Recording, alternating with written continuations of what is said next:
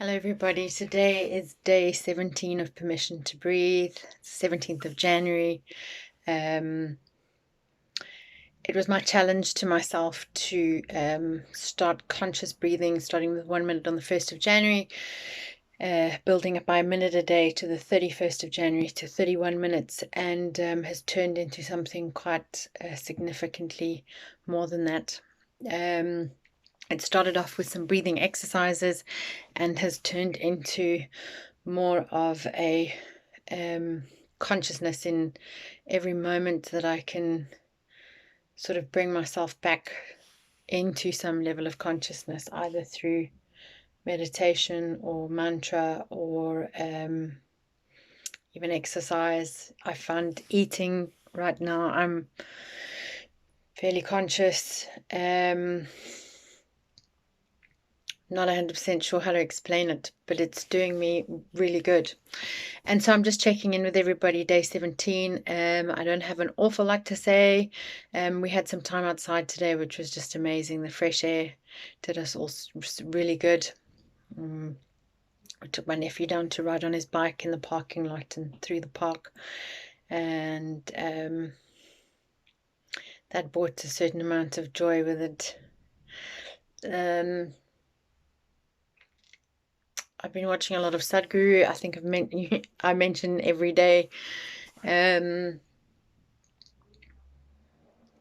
there are some strong similarities with the NLP and things that I've studied. And certainly on a, I guess what I would call a more spiritual level, that are starting to form a greater circle of understanding for me, from the more logical mind-based stuff into something slightly deeper. He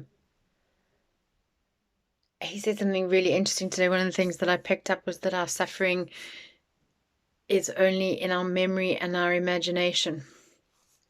And the way that he described it was, each day you wake up, you must reinvent, you must remember, or reimagine whatever pain or suffering that you think you have been going through. And I think one of the things with timeline therapy was releasing PTSD and previous traumatic issues as well with the NLP, is releasing people from those memories, allowing people to reframe them,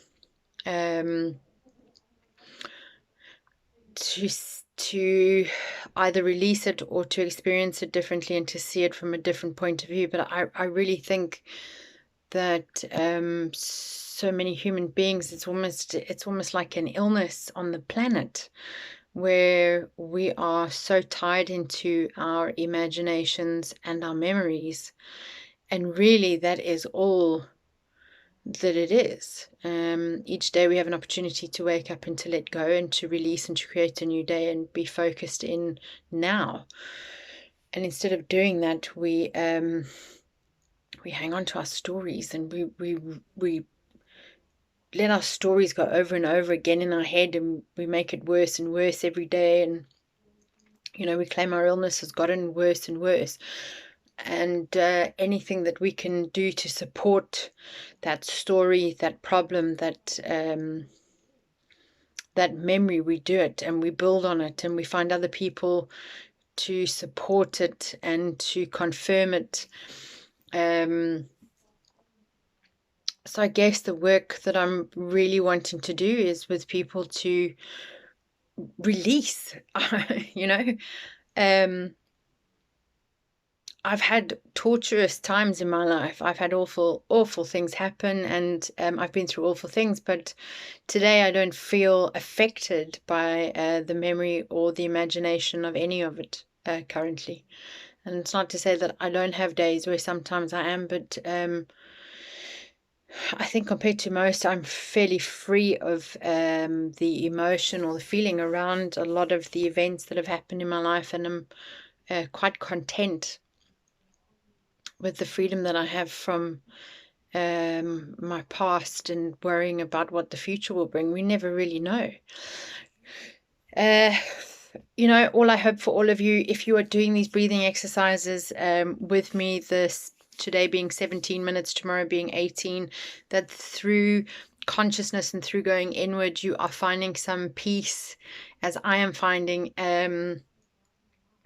As I've said before, this is not a difficult time for me. COVID has been a great release for me and a relief in that I have had time for me, which I have never done in my entire life.